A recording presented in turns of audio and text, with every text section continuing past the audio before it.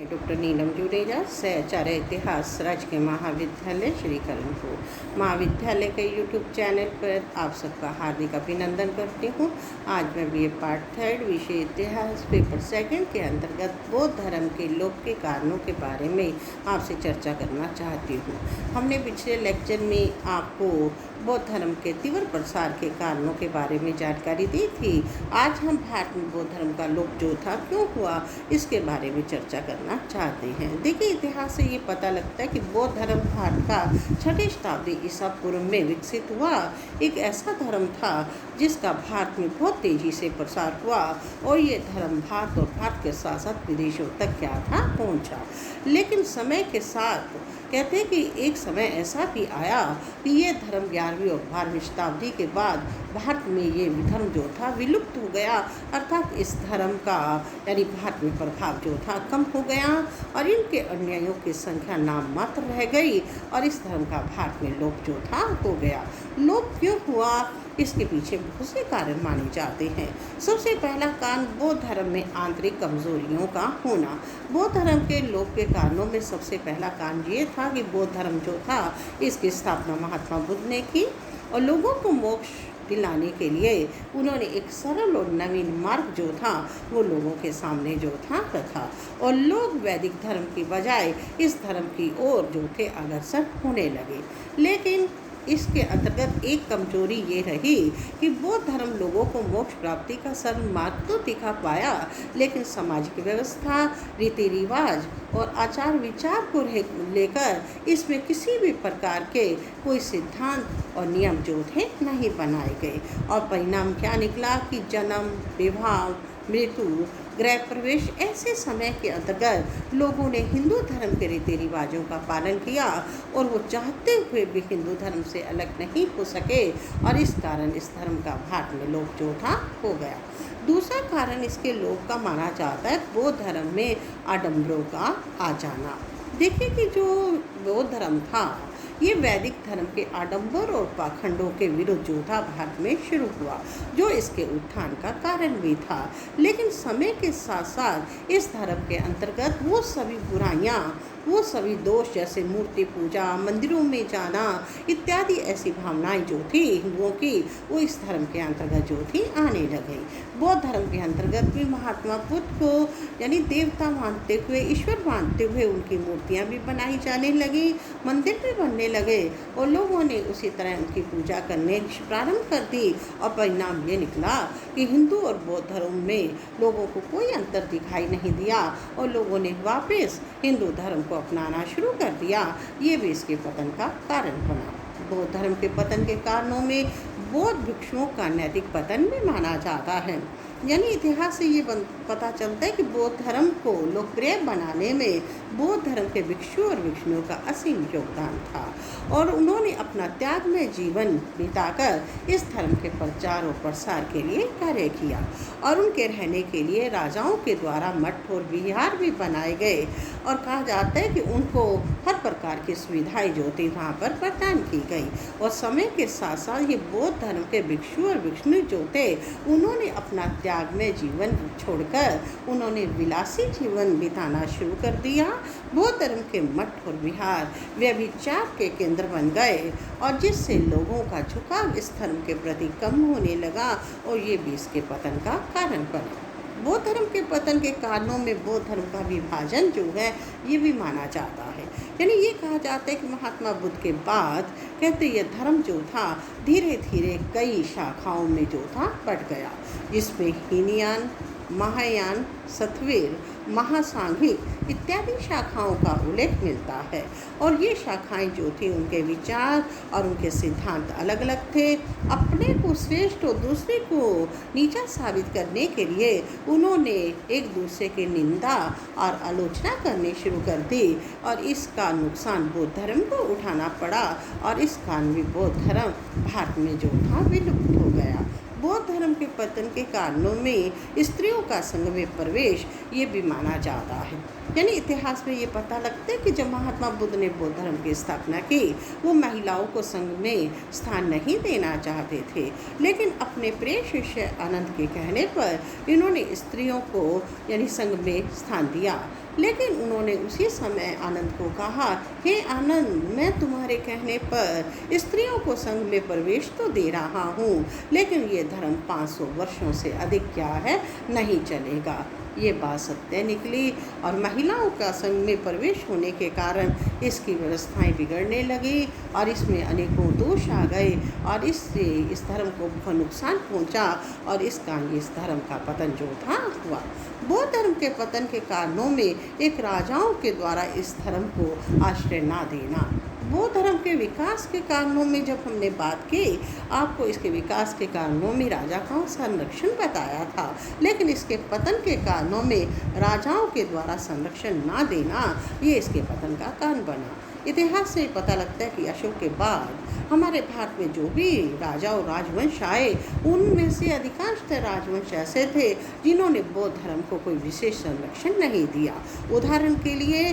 यानी कि हमारे भारत में मौर्य वंश के बाद या अशोक के बाद जैसे शुंग वंश, कन्नम वंश, सातवाहन वंश और इसके अलावा गुप्त वंश और दक्षिण में चालुक्य इत्यादि राजवंश आए और जिन्होंने इस धर्म की बजाय हिंदू धर्म को, वैदिक धर्म को संरक्षण दिया, उसके विकास के लिए कार्य किए और इससे बौद्ध धर्म जो था इसका प्रभाव कम होने लगा और ये भी बौद्ध धर्म के पतन का कारण जो था रहा। बौद्ध धर्म के पतन के कारणों में एक कारण बौद्ध धर्म के सिद्धांतों की कट्टरता भी माना जाता है। यानी बौद्ध धर्म जब प्रारंभ हुआ, उसने अन्य धर्मों से अपने आप को श्रेष्ठ साबित करने के लिए उन्होंने दूसरे धर्म से अपनी श्रेष्ठता को साबित करने के लिए कई विचार रखे और दूसरे धर्मों से अपने को श्रेष्ठ बताने के लिए कई स्थानों पर उसकी बुराई भी की और इसके कारण कहते हैं कि इस कट्टरता के कारण धीरे धीरे लोग जो थे इस धर्म से दूर होते गए और ये भी इसके पतन का जो था कारण जो था बना। यानी कहा जाता है कि बौद्ध धर्म के अंतर्गत ये सबसे बड़ा दोष था और इस दोष के कारण उन्होंने जब इस तरह के दूसरे धर्मों के प्रति उसकी बुराई करनी शुरू की तो इससे लोग जो थे इस धर्म से जो थे हटते गए। वैसे अशोक के अभिलेख से भी हमें इसकी जानकारी मिलती है। अशोक ने अपने अभिलेख में लिखवाया था कि जो मनुष्य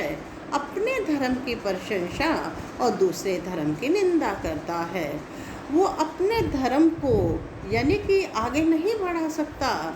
बल्कि दूसरे धर्म की निंदा करने से वो अपने धर्म को क्षति अवश्य जो है पहुंचाता है। इससे ये पता लगता है कि धर्म को लेकर हमेशा वाक संयम जो है रखना चाहिए, यानी कि हमेशा संभल कर बोलना चाहिए। लेकिन बौद्ध धर्म के जो भी अन्यायी हुए उन्होंने इस बात पर कोई ध्यान नहीं रखा और जिसके कारण इस धर्म को जो था नुकसान पहुंचा, यानी इस धर्म का भारत में लोप जो था हो गया। बौद्ध धर्म के लोप के कारणों में भागवत धर्म का उदय भी माना जाता है। यानी हमारे भारत में बहुत से ऐसे राजवंश आए जिन्होंने हिंदू धर्म को, वैदिक धर्म को, भागवत धर्म को पुनः विकसित करने का प्रयास किया। भागवत धर्म के अंतर्गत शिव, विष्णु, कार्तिकेय ऐसे देवी देवता थे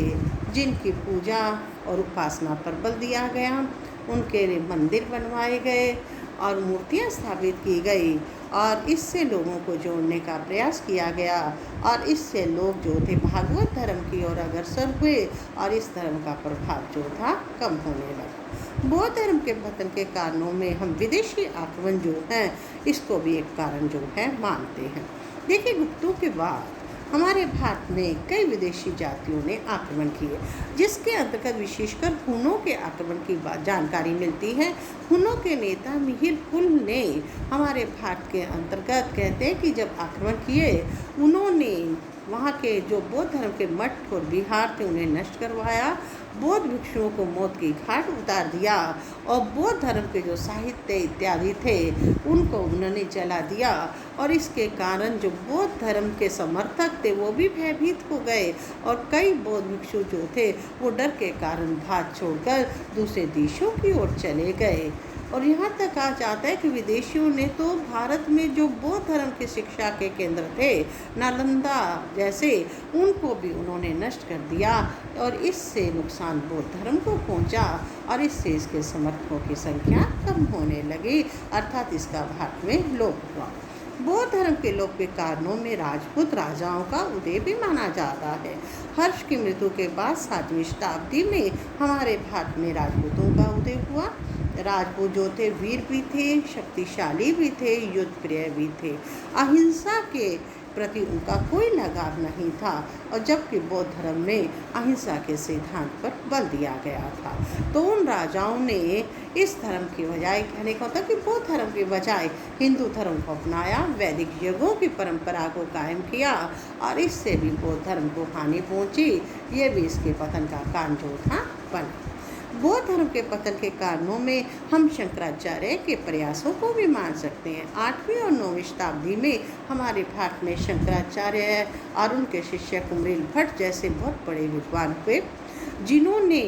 हिंदू धर्म की श्रेष्ठता को साबित करने के लिए उन्होंने स्थान स्थान पर जाकर लोगों को इस धर्म के बारे में जानकारी दी, और शास्त्रार्थ के अंतर भी उन्होंने कई विद्वानों को परास्त किया, और जिसका परिणाम ये निकला कि बौद्ध धर्म तो निस्तेज होने लगा, हिंदू धर्म जो था पुनः विकसित होने लगा, और इससे बौद्ध धर्म लोगों में लोकप्रिय हुआ, और जिसके बौद्ध धर्म लोगों में कहना चाहिए कि अलोकप्रिय हुआ, और हिंदू धर्म जो था लोगों में फिर विकसित जो था हो गया। बौद्ध धर्म के पतन के कारणों में एक कारण बौद्ध धर्म के अंतर्गत वाम मार्गीय पंथों का जन्म या उसका उदय भी माना जाता है। विद्वानों का ये कहना है कि जो बौद्ध धर्म था 6ठी शताब्दी ईसा पूर्व के बाद बौद्ध धर्म में कई वाम मार्गी पंथों का उदय हुआ, जैसे महायान संप्रदाय, वज्रयान संप्रदाय, मंत्रयान संप्रदाय इत्यादि। जो वज्रयान संप्रदाय था वो बुद्ध को वज्र गुरु और अलौकिक शक्ति जो थे मानते थे, और उन्होंने सिद्धियों से उसे पाने के लिए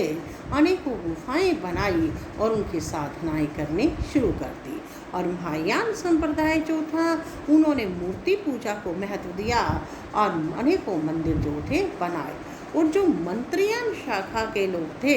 समर्थक थे, उन्होंने मंत्रों तथा अन्य साधनों से विभिन्न प्रकार की सिद्धियों को प्राप्त करने के लिए उन्होंने कार्य करने शुरू कर दिए। और बौद्ध धर्म में ये जो वाम मार्गी पंथ बने, इसका जन सामान्य के ऊपर बहुत बुरा प्रभाव पड़ा। लोग वाम मार्गी जो पंथ थे इससे भय खाते थे, और इस कारण वो इससे धीरे धीरे दूर होते गए, और इस धर्म का भारत के अंतर्गत लोप जो था हो गया। निष्कर्ष के तौर पर हम ये कहना चाहते हैं कि बौद्ध धर्म भारत में समय के साथ एक विकसित धर्म के रूप में उभरा, लेकिन उसमें दोषों के आ जाने के कारण इसके समर्थकों की संख्या भारत में कम होती गई, और ये धर्म भारत में विलुप्त जो था हो गया। अर्थात इसके पतन के लिए, लोप के लिए उपरोक्त सभी कारणों को इसके लिए हम उत्तरदायी जो है मान सकते हैं। धन्यवाद।